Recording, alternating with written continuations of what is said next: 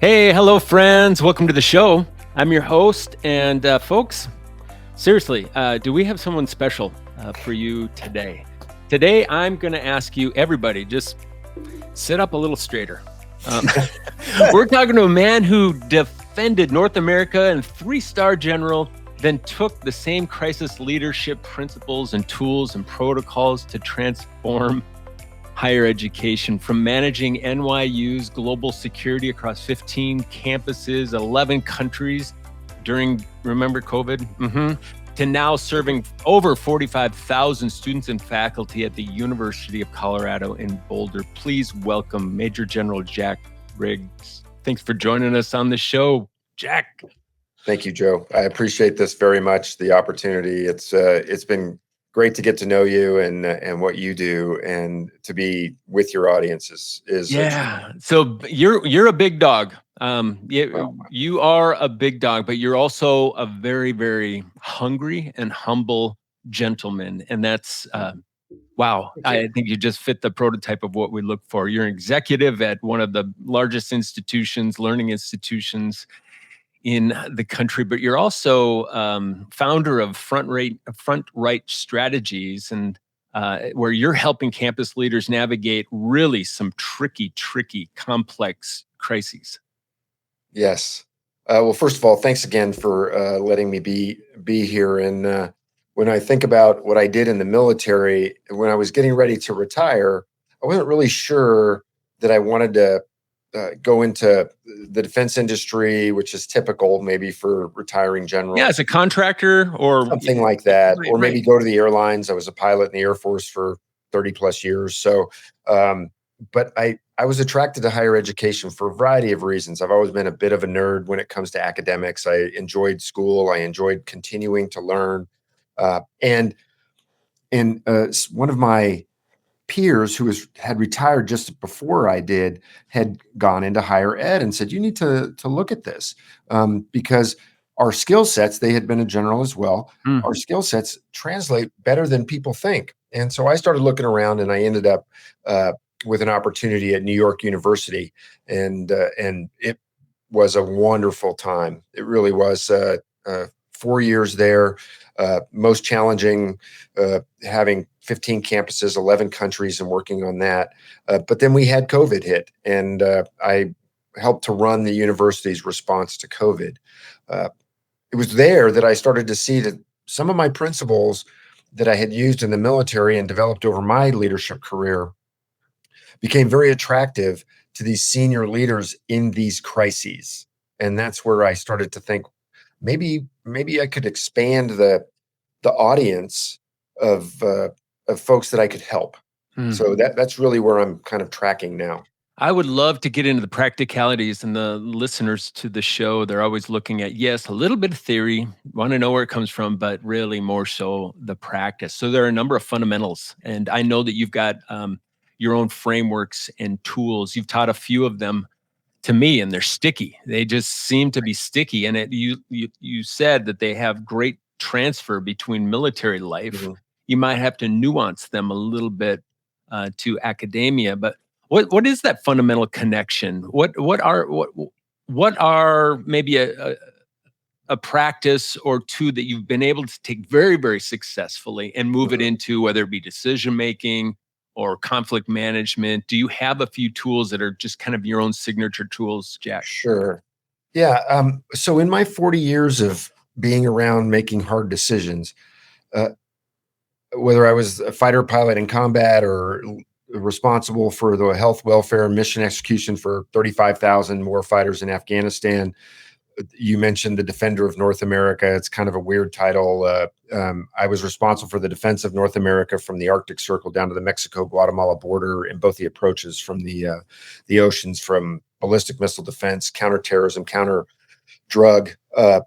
Whatever the title, you owned it, sir. You owned it, so it doesn't matter. And then in higher education, as you mentioned at NYU, and I took a short stint as a CEO of a nonprofit to help out something that I was really passionate about. But then back into higher ed, I've noticed that there's three characteristics that every great decision maker has. These are across the board. Doesn't really matter about the industry or the area. It's these three things. The first is great decision makers make their decision based on principles. They think about the principles of themselves and the organization, and they point their decision, because you have a kind of a universe of decisions that you can make initially. They point that decision in a certain direction. Think of an archer. So an archer pointing in that direction of a particular target. The second thing is they're humble. They're humble enough to ask for help. So again, we'll go back to the archer. An archer can pull the bow back about here, but if you ask for help, you can fully empower the bow all the way back. You can get all the power into it. Yeah. And then the third thing is they're decisive. I know that's a little redundant. Decision maker that's decisive, but think of that archer again. They're not paralyzed in this position, pointing in the right direction, powered up, but they just can't shoot, right?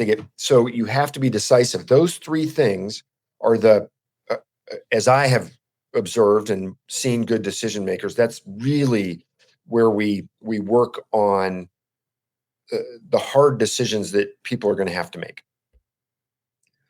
So I hope you took some notes there, folks. I did as well. I mean, those three I think navigational principles, if you will, principles and being humble and being decisive, regardless of the situation. Those are all transferable to, any situation that might be hitting your fertilizer fan at the minute. Right. I'd like to know, maybe to go back a little bit, because, Sure. 2020 through about 2022, we were just, everybody was, there's no map for us to even walk into this territory. Mhm. Right. I want to know, how did you go about, because oftentimes you can't make decisions without good information. Mhm. Right. In the military, you probably called that the ground truth. Right. So how It's did you close get, to it, yeah. how do you get the ground truth from 15 different campuses that were being, all impacted differently, versus maybe what was being reported up the chain? How Sure. do you differentiate? Where does the wisdom come from? Right. Well, you brought up a couple of points there that I think are important. If you're going to have a crisis, if a crisis occurs, let's say that, right? The first thing is you don't solve a crisis. You solve problems. And that's a big differentiation, because the crisis was COVID. But what were the problems it created? Health, access. These were all chunkable problems out of the crisis. And so I would always try to tell people, you can tell me what your crisis is. I want to help to start chunk it down into solvable problems. And in the case of COVID, of course, large university, completely different cultural aspects. When you think about, we have campuses in Abu Dhabi and Shanghai and Buenos Aires and Sydney and all through Europe. If I had been unfamiliar with those locations, I would have been guessing. But I had taken the time to go out and introduce myself, and not just at the surface level, but get to what it was I could do, what could I do to bring value in my position to those folks that were responsible on the ground there. Same as a general, you're trying to figure out, how can I be the snowplow in front of you to get things out of the way, and the glass cleaner upper behind you, so that if it gets broken, and as long as you're doing your best, I'm not going to take your birthday away. I'm going to clean up the glass. We may have to coach a little bit on how we did that, but keep moving. Wow. Right. So as I try to figure that out as the leader, I'm trying to empower those folks. And the other piece is, very deliberately, I would tell my peers, my supervisors, my subordinates, I'm disagreeable. I'm very disagreeable. And I don't mean in the sense of like, Yeah. I mean in the sense of, I am disagree-able. You are able to disagree with me. Ooh, that is good. Right? You're able, and I need you to. Because quite frankly, I used to tell my staff as a general officer, I need you to disagree with me because, quite frankly, I always agree with me. Like Mhm. 100% of the time, I agree with me. And if all of you just agree with me, you're all extra because I've We already don't need got it. it. We don't Right? need it. I, right. I need you to be polite and professional, but I need you to bring up the things that I'm not seeing Yeah. or that I'm wishing away. Right? These are I don't want to deal with that because it's too hard. Hey, boss, we need to talk about this. I know you don't want to talk about it, but we need to talk about it. And by being disagreeable, Bubble. right? I'm inviting those 15 campus leaders to call me and say, Jack, the main campus is saying we have to do this. That doesn't work here. Our local government won't approve that. I'm like, well, okay, tell me more, right? What are we trying to get to that Wow. works for you? Isn't that the difference between being knowledgeable, right, Yeah. and wisdom? Oh, I mean, sure. oftentimes there's no recipe card. Right now, leaders of campuses are not operating from the recipe card that their predecessor Yeah. had, True. right? And I have my own dispositions. I see the world as I see the world, right? But the world doesn't have a disposition. The world Yes. has I like lots that. of different I like dispositions, that. Yeah. right? Yeah. So Yeah. if I'm going to become wise, right, I'm writing that down, by the way. as the author, Solomon, the author in some of the most in scripture talks about just being wise. That is not being knowledgeable. Um, it's being Yeah. able to differentiate yourself and be disagreeable. We just sewed something together here Right. that's rich. That's a That good is one. so Yeah. rich, Yeah. And so rich. so the other piece to what you kind of brought up about COVID was you couldn't just do this willy nilly. This had to have, for the lack of a better phrase, a battle plan, Yeah. right? And battle plans aren't just like, hey, we'll show up and see how it goes, right? You have operational risks, you have financial risks, and you have reputational risks. And you have to create structures and frameworks to address those. And you do that by having the first thing is access to the right people. And so when I was asked to lead the response by the president and the chair of the board of trustees, I said, Here's like a non-negotiable thing if you're going to ask me to do this. I have to have access to the senior leaders and to the board because we have to be talking about the hard things. And we have to set a plan where everybody is on the same sheet, in the same direction, those principles, right? The Right. decisions we're going to make here, the principles we're going to use as the organization to make those. But And I have to humble share enough those and to we have be to work through them, disagreeable, right? right? Humble enough to be disagreeable as we look at those principles. Exactly, Yes. exactly. And say that's just not going to work in this context. We have to make some compromises, maybe. And compromise is not always a bad word, right? It may be the best thing we can do to get to a doable 80% solution in something that we're doing. So we created a framework of meetings as an example. And it started off on a Monday and it was a non-negotiable Monday. I met with the most senior leaders in the organization. On Tuesdays, I met with the kind of the doer level of executives. On Thursdays, I met with the deans because the deans, they want to help, but Mhm. they have another problem set called faculty. Yeah, or stuck in the middle of it all ism. Right. So I would meet with the deans and we would talk about what was was happening in their sphere as well. And in between on the Wednesday and the Friday, I would be speaking to the the the geographically separated campuses. So I was always in this conversation loop about a week ahead of what we were actually doing so that we could demystify some of the next steps that we were going to take because a lot of time the the anxiety that occurs is because what are we going to do next? Mhm. And as leaders, another tool here that I'll just give you is leaders have to be able to control their reactions. when something scary happens. So if I'm a general officer and something bad happens and I panic, that's not good. So what I coach folks is let's imagine you have a scale of reaction to an event.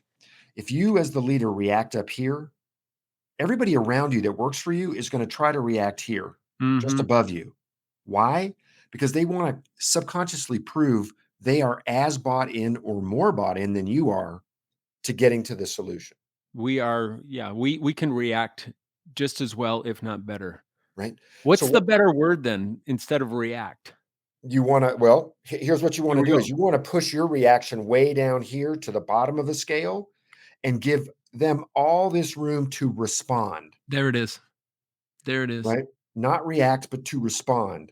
To remember, I said it's a crisis. You're up here. Nope. You want your crisis reaction to be down here because the next problems that you're going to solve require responses. They require you to think of them as issues, Is that a not even as teachable skill, Jack, to be the slowest heart rate in the room during crisis? Can it's you tough. teach that? Can you It's teach that? tough. So here, I'll give you an example.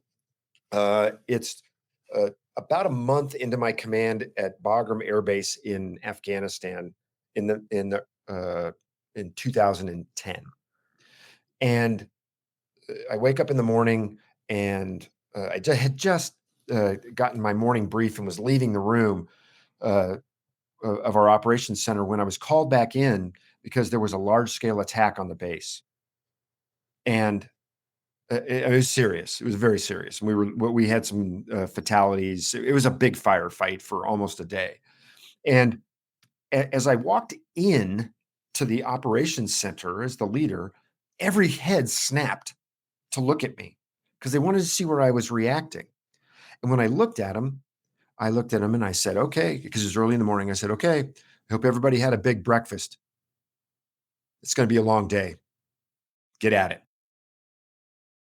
And they all looked at me and went, "Whew, Mm. okay, he's not panicked, so I'm not panicked. I'm going to go do my job."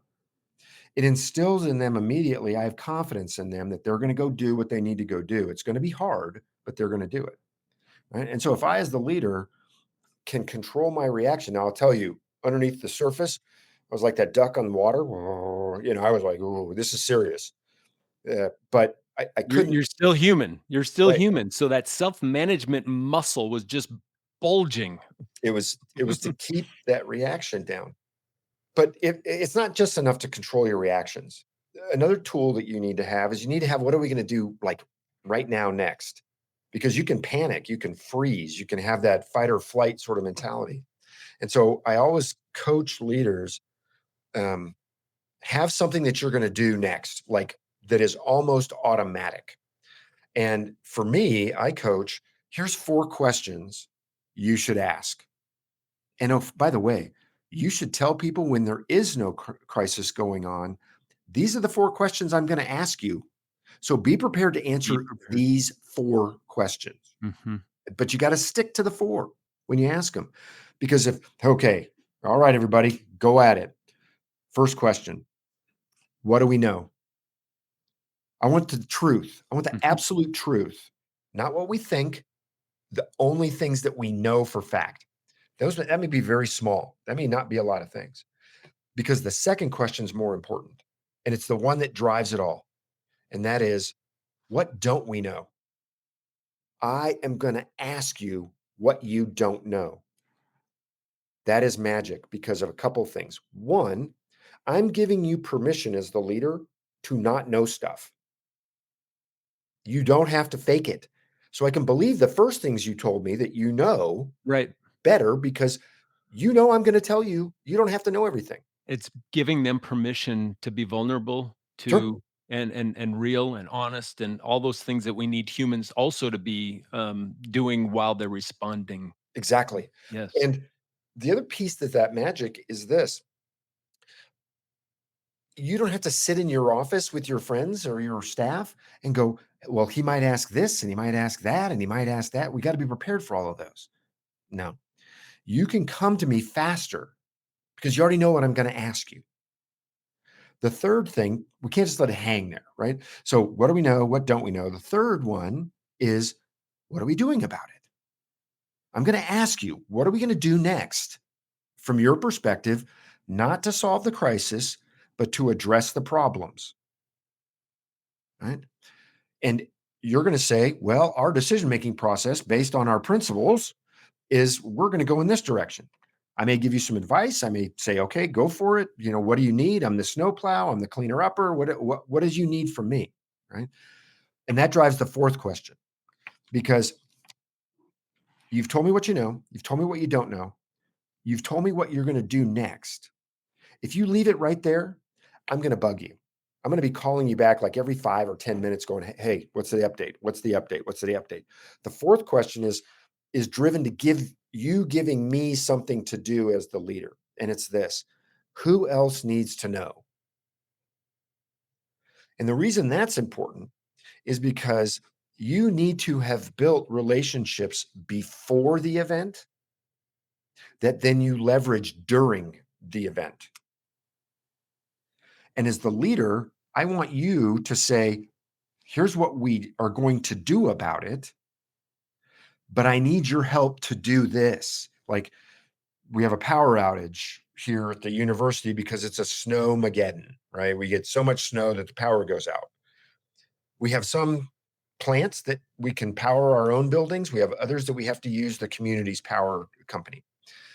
Well, as the leader, I know that it snows a lot in Colorado, so I should probably pretend at least that it might snow enough that we lose power.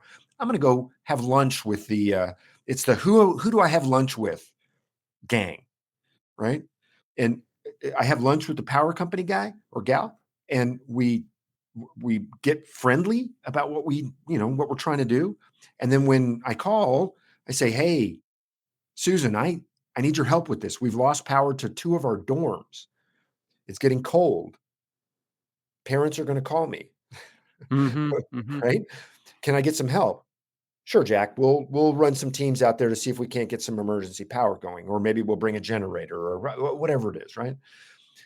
Now, I'm not involved in your day-to-day, minute-to-minute micromanaging what you're doing because you're the subject matter expert of solving the problems that we've chunked, but you've given me something of good responsibility at my level to do. So Yeah, what it's do we the know? difference really between having to manage something that you're ill-equipped to do and empowering those. Mhm. That last question, that's brilliant, brilliant. You also talked about the principles involved, and I wonder if that question probably integrates into those 4 questions as well. The reasons why we're doing what we did or we're doing, it's all values or mission or principles driven. Right. So that probably even starts the party before what do you know? Hey, Oh, who we are, exactly. It's who we because you are, need you right? need to tell your staff what the principles are and have conversations about it way ahead of time so that they kind of know the direction. That you also need to give them a clue about your risk tolerance. Now, for you, your listeners, this may not come as a surprise, but I'm a very, very risk tolerant individual. Risk to me is like, okay, let's give it a shot. Um, but that's not, that's good and bad. So I have people around me, my staff, who monitor the fact that I'm willing to take more risk than the average person. And they come to me because I'm disagreeable and they say, hey boss, Yeah. that's probably a little too risky. Yeah. Oh, okay. You don't represent the other 90% of us. No, That's the reality. no. And you need to be able to talk to them in terms of operational, financial, and most importantly, reputational risk, because that's really what leaders can manage operational and financial risk pretty comfortably. It's the reputational risk that they get hung up on. And big leaders of big organizations, I'll put it that way. Um, they will make thousands of decisions every year, Mhm. but there's probably going to be 10-ish that are critical Mhm. in a year that have an immediate, significant financial, operational, or uh, reputational risk impact, or a long term of those three. And being able to decipher those. And unfortunately, when you're in the decision making throes of those really critical ones, often The options you're presented, remember, what are you going to do about it? Well, they go out and they figure out what they're going to do. They come back and they present options to you. None of them are great. They're hard. All of them are have pros and cons and a lot of cons. But you as the leader have three jobs at this moment, right? The first is you get to say yes or no. You own it. I mean, you get to say yes or no. That's your skill set in as a leader. It's not. I wish I could have said as a general that my skill set was flying airplanes, but it was not. It was saying yes and no to stuff. The second one is that you have to pick the least worst option. Okay. You're not going to get the best option Yeah. typically because all the easy decisions have already been made. And the third one is you have to own it. You can't blame somebody else when you made a decision.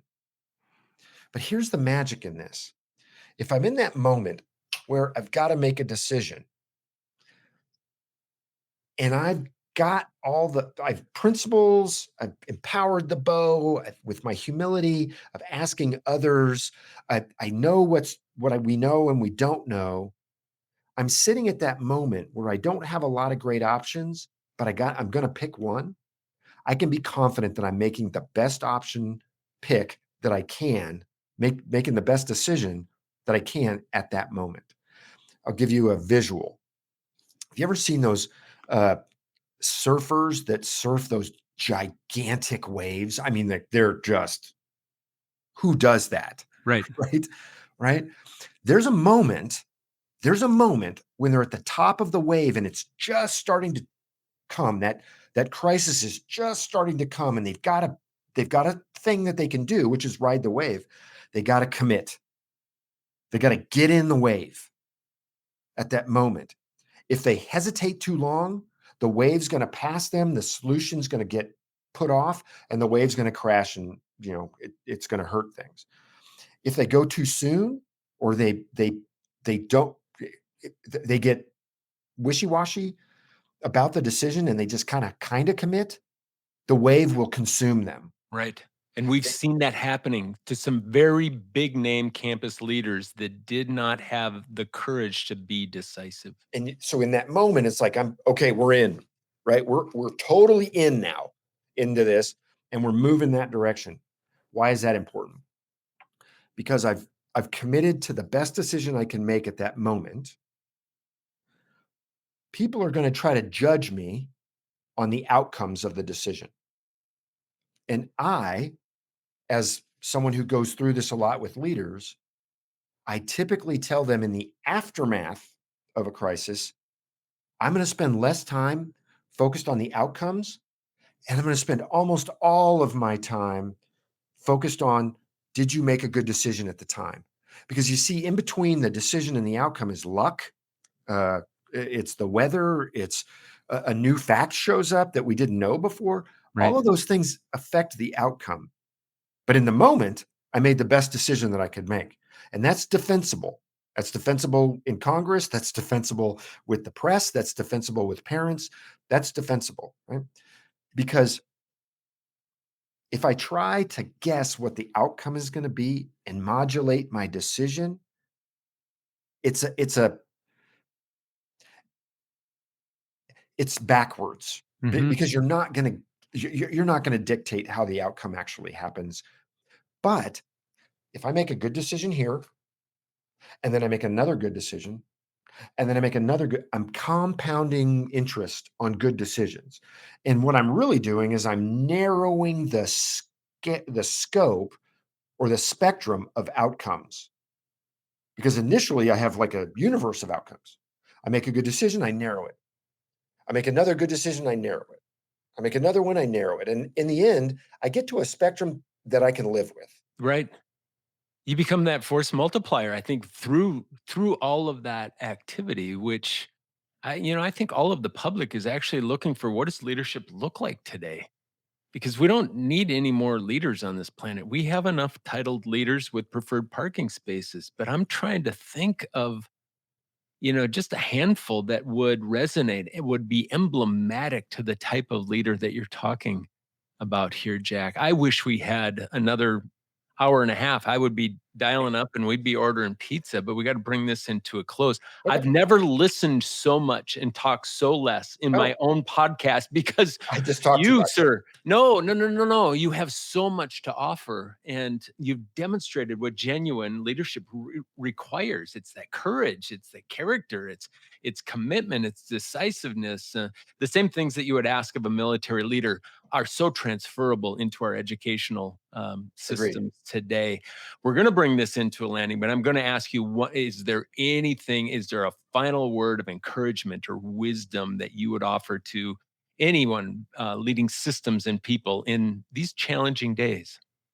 I would say don't shy away from what you're good at and recognize where you need help. It really comes back to that humility moment. Um, if I've got my principles kind of narrowed down, no human is designed to solve every problem. There's not one human on the planet that can solve every problem. And problems are different. And so you need to surround yourself with people of diverse thought, culture, uh, Mm-hmm. intent. You need to be able to work with them, right? In that nature, to bring all that power together with this caveat. You're going to bring all of that in, but you own the decision. Period. No other explanation. Yeah. I think that's what sets you apart as a leader of leaders, and just so encouraged to know that you are practically working with many big name leaders today. If you happen to be one of the leaders out there and you're kind of stuck and could use, um, he squeezed a lot of wisdom out today. What is the best way for folks to get a hold of you, Jack? You've got a number of services that you offer, not just to your great state of Colorado, but I would imagine that you're doing this countrywide. How do they get a hold of you? The easiest would be just to email me, Jack at contactfrs.com. That's Jack at contactfrs.com. Very good. I'm sure they can direct message you via LinkedIn, connect Oh, yeah, or with you via LinkedIn. I'm on and LinkedIn. all those other places as Happy well. to do that too. So much to offer. Thank you, sir. Thank you so much. This Thank has you, been Dr. Joe. This is fun. Yes. So the show where we equip leaders to serve with purpose, like this amazing human that we've had the opportunity to listen to.